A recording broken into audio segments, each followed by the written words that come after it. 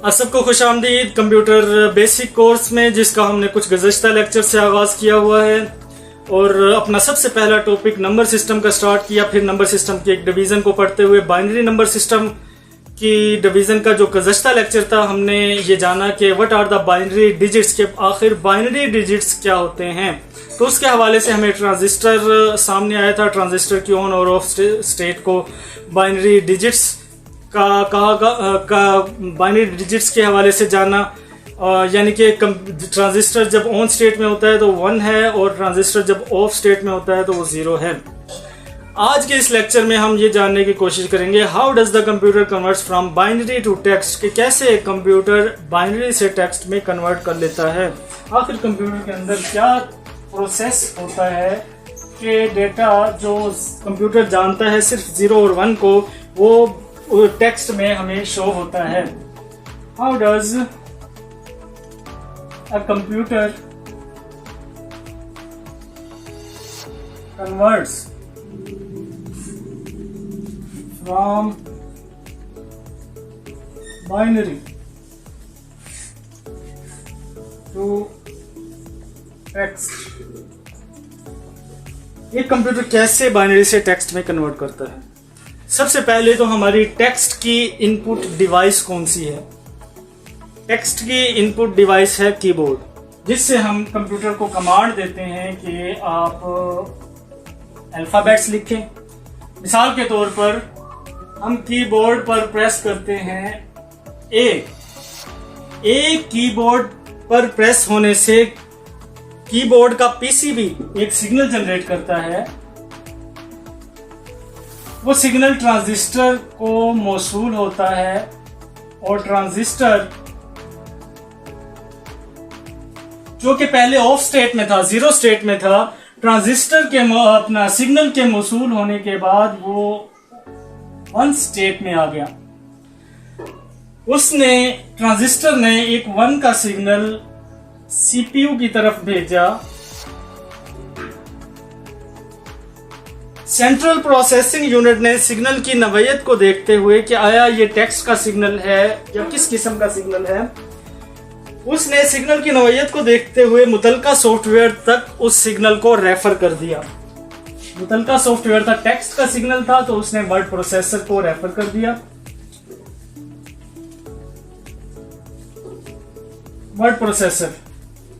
Word processor तक जब 1 का सिग्नल पहुंचा तो उसने वर्ड प्रोसेसर ने सिस्टम की मेमोरी से कंसल्ट किया।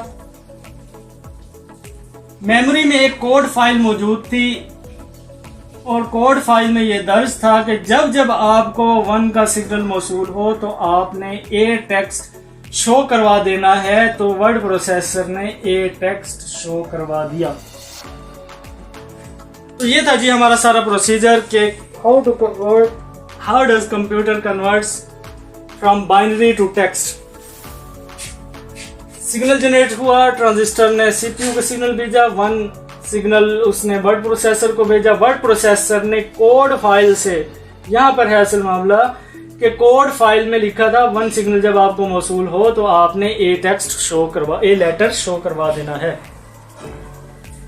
अब हम अपने टेक्स्ट में सिर्फ ए तो यूज नहीं करते, हम तो पूरे अल्फाबेट्स यूज करते हैं। ABCDEF यूज करते हैं। हम अपने टेक्स्ट में पंक्चुएशन मार्क्स यूज करते हैं। हम अपने टेक्स्ट में सिंबल्स यूज करते हैं। फिर कीबोर्ड पर आप देखते हैं कि कीबोर्ड में सिर्फ अल्फाबेट्स और सिंबल नहीं, बल्कि कुछ कंट्रोल कीज भी हैं, कुछ फंक्शन कीज भी हैं। तो क्या सवाल ये पैदा होता है कि क्या सिर्फ इतना ही है कि एक ट्रांजिस्टर ऑन हो और उसके साथ हम सारी फंक्शन कीज को, अल्फाबेट्स को कंट्रोल कर सकें या दिखा सकें? तो इसका जवाब है नहीं। मिसाल के तौर पर हमने बी शो करवाना है, हमने कोड में दर्ज कर दिया बी कोड फाइल में और उसको कह दिया कि जब आपके पास सिग्नल मौसूल हो ना तो आपने बी शो करवा देना है। अब कीबोर्ड पर बी को प्रेस किया गया, बी के प्रेस होने से एक सिग्नल जनरेट हुआ। सिग्नल ट्रांजिस्टर तक पहुंचा, ट्रांजिस्टर ने 1 का सिग्नल सीपीयू को भेजा, सीपीयू ने 1 का सिग्नल वर्ड प्रोसेसर तक पहुंचा, वर्ड प्रोसेसर ने जब मेमोरी की कोड फाइल से कंसल्ट किया तो कोड फाइल को देखते हुए उसने कहा अच्छा 1 का सिग्नल है तो मैंने ए शो करवाना है। लेकिन फिर उसने देखा कि है ये क्या, ये 1 का सिग्नल है और उससे मैंने बी भी शो करवाना है। फिर वो वापस आया, वो कहता 1 का सिग्नल है, ए शो कराऊं बी शो कराऊं। अब वो इसी चक्कर में फंस गया कि 1 के सिग्नल में आखिर शो क्या करवाना है, ए शो करवाऊं या बी शो करवाऊं, ये क्या करूं मैं इसका। यहाँ पर वो आपको एरर हो सकता था या हो सकता है कि कंप्यूटर ही कहीं शॉर्ट सर्किट ही ना हो जाए। मसला ये है कि कंप्यूटर तो सोच में पड़ जाता कि अब मैं ए शो करवाना है या बी शो करवाना है। तो यहां पर देखें कि इस मसले को हल करने के लिए, कंप्यूटर को इस उलझन से निजात दिलाने के लिए हम ये देखते हैं कि यहाँ पर जो है ना ये 1 ये सेम है, तो यहाँ पर सेम नहीं होना चाहिए, यहाँ पर सिग्नल कुछ और जनरेट होना चाहिए। ठीक है, मिसाल के तौर पर अब हम यहाँ पर कुछ और तो नहीं करवा सकते। मिसाल के तौर पर बाइनरी नंबर सिस्टम की हम बात कर रहे हैं, उसमें तो सिर्फ 2 डिजिट्स हैं 0 और 1। इसमें जितनी भी रकूम बनेंगी, जो भी सिग्नल जनरेट होगा वो 0 और 1 के हिसाब से होगा। यहाँ हम नहीं लिख सकते 2 3 4 5 6 नहीं, क्योंकि कंप्यूटर सिर्फ 0 और 1 को समझता है, बाइनरी डिजिट्स को ही समझता है। तो यानी कि यहाँ पर सिर्फ 0 और 1 के मिलाप से कुछ ऐसी रकम, कुछ ऐसा सिग्नल जनरेट करना पड़ेगा जो यूनिक हो सिर्फ बी के लिए। तो इसके लिए हमने यहाँ पर फर्ज किया 0 जनरेट करवा दिया। अब ये 0 और 1 का एक सिग्नल बन गया और ये हमने असाइन कर दिया बी को कि जब भी 0 1 का सिग्नल जनरेट हो तो आपने बी शो करवाना है। फिर हम आए अपने ट्रांजिस्टर की तरफ कि ये सिग्नल अब जनरेट कैसे होगा। लेकिन जब ट्रांजिस्टर की तरफ आए तो हमने देखा कि ट्रांजिस्टर तो सिर्फ 2 स्टेट में पाया जाता है, वो 0 या 1, यानी वो तो सिर्फ 0 शो करवा सकता है या 1 का सिग्नल जनरेट कर सकता है। तो हम 0 और 1 ये कैसे इससे करवा सकते हैं। यहां पर तो हमने कोड फाइल में तो दर्ज कर दिया, लेकिन ट्रांजिस्टर में इतनी अहलियत ही नहीं है कि वो 0 और 1 का सिग्नल जनरेट करवा दे। तो यहां पर फिर एक मसला आ गया। अब इस मसले के हल के लिए हमने कहा कि इसमें एक और ट्रांजिस्टर को ऐड कर दिया जाए। इसको T2 का नाम दे दिया गया, ये T1।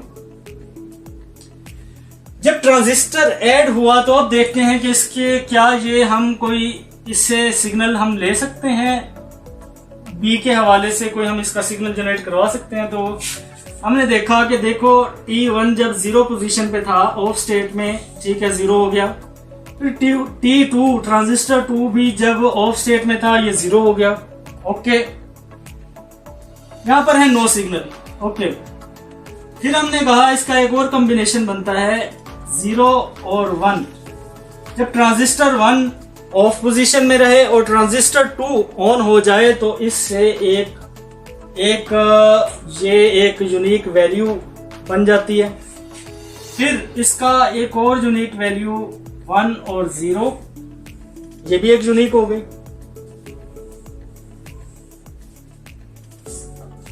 और फिर तीसरी एक हम इसका एक वैल्यू बन गई 1 1, जब दोनों ट्रांजिस्टर ऑन स्टेट में होंगे। पहला unique combination transistor 1 of state में, ट्रांजिस्टर 2 ऑन स्टेट में। फिर दूसरा ट्रांजिस्टर 1 ऑन स्टेट में, ट्रांजिस्टर 2 ऑफ स्टेट में। और फिर तीसरा कॉम्बिनेशन हमें मिला जब दोनों ट्रांजिस्टर ऑन स्टेट में हो। तो ये 3 मुख्तलिफ सूरतें हमें ऐसे मिली जो यूनिक थी, बिल्कुल एक दूसरे से अलग हैं।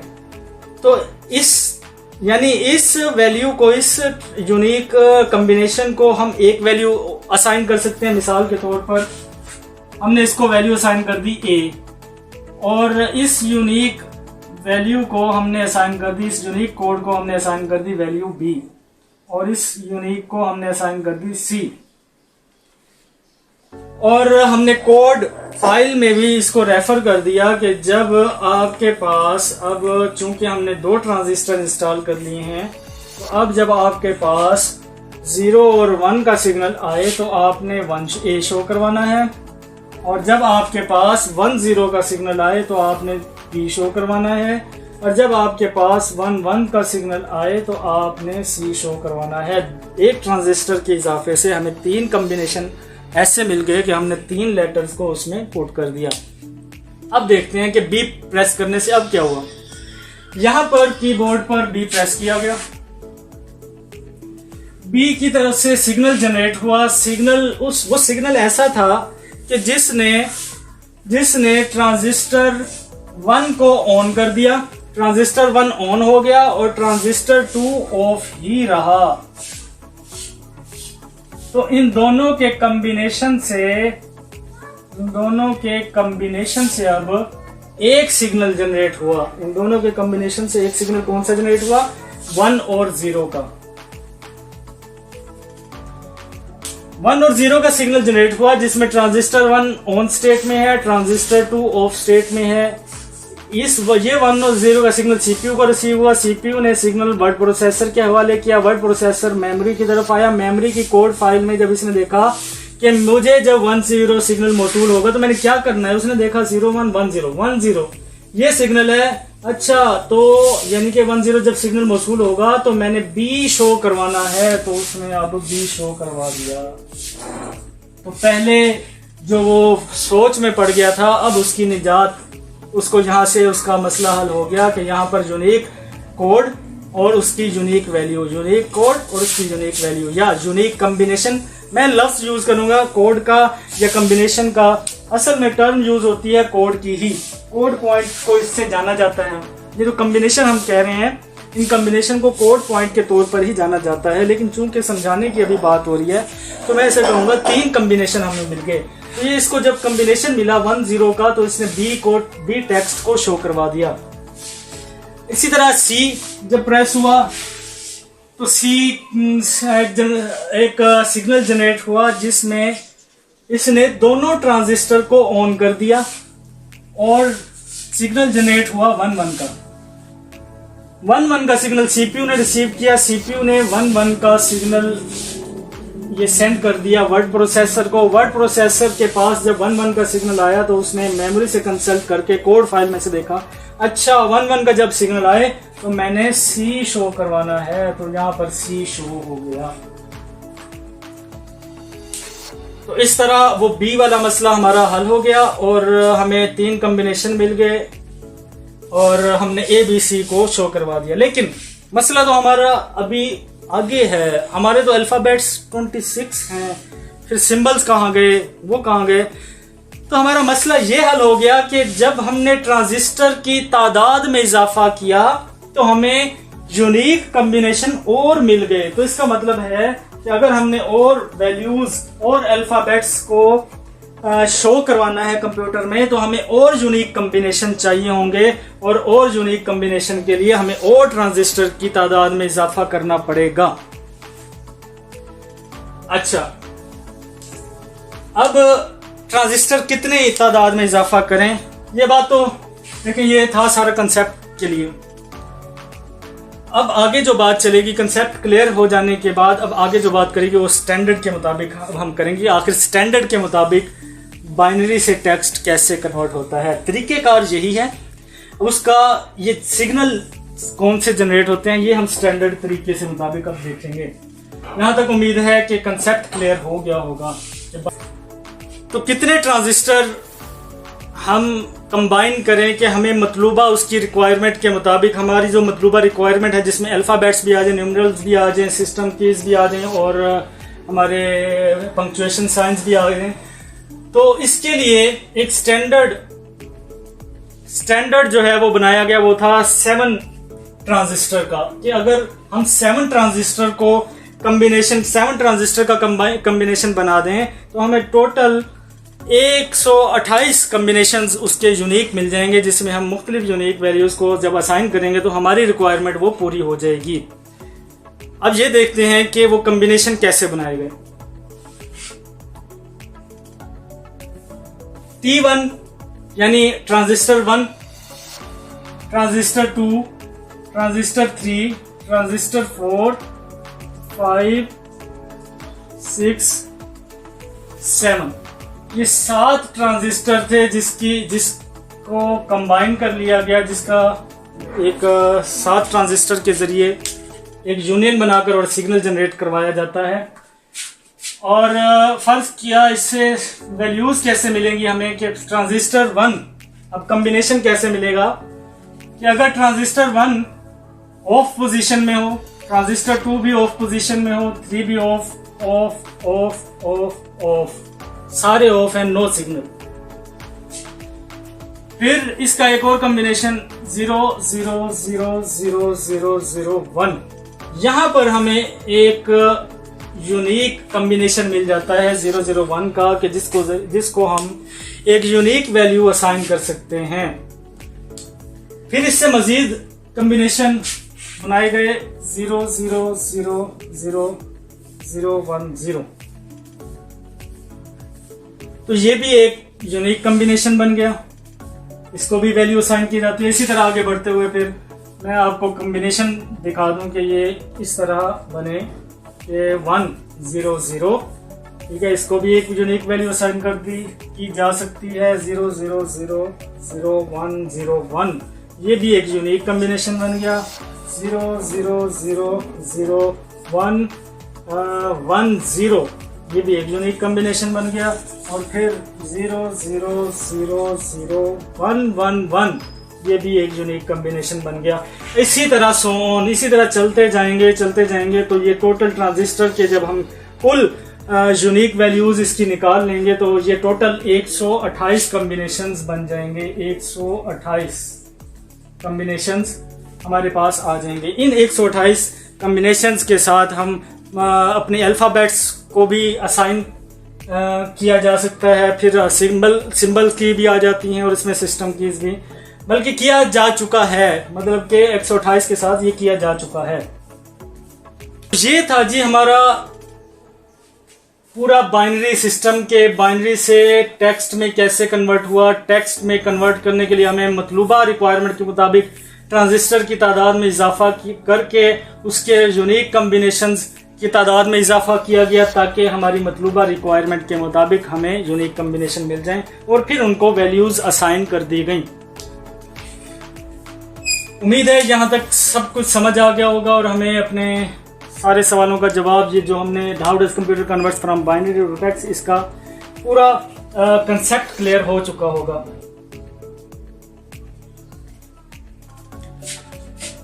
जी, तो एक आखिरी बात वो डिजिटल अंदाज में यूं है कि 0 1 0 0 1 0 0 0 0 1 1 0 0 1 0 1 0 1 1 0 1 1 0 0 0 1 1 0 1 1 0 0 0 1 1 0 1 1 1 1 0 0 1 0 0 0 0 1।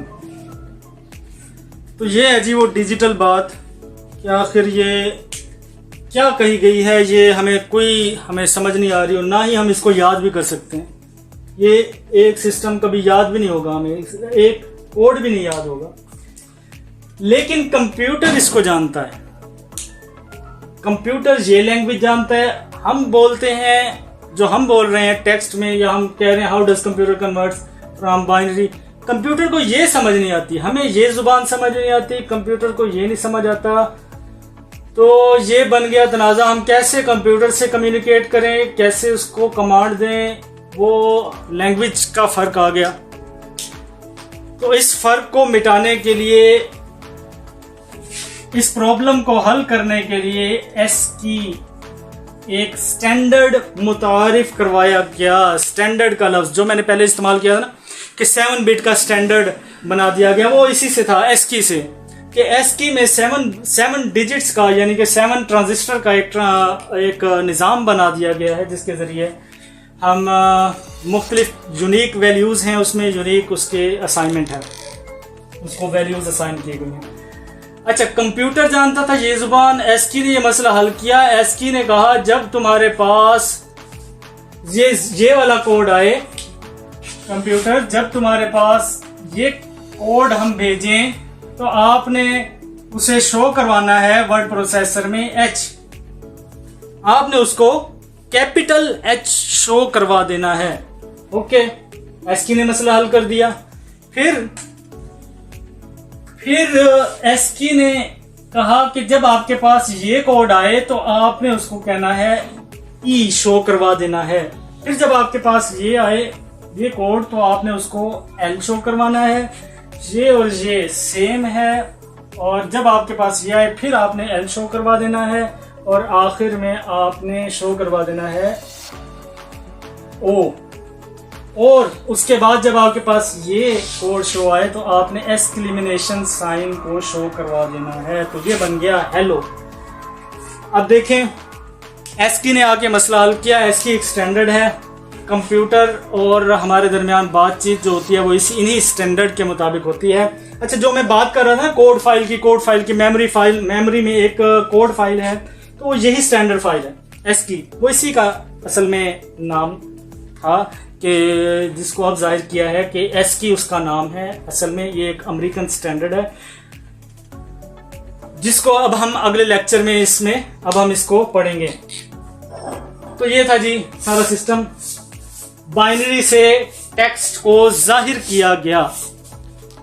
इसके साथ ही मैं उम्मीद करता हूँ ये सारा binary how to does computer converts from binary to text, इसका सारा कंसेप्ट क्लियर हो गया होगा, मैं उम्मीद करता हूँ। और इसी के साथ अगले लेक्चर में हम एस्की फाइल के मुतालिक अब हम जानने की कोशिश करेंगे। अगले लेक्चर तक के लिए इजाज़त दीजिए। अल्लाह हाफिज़।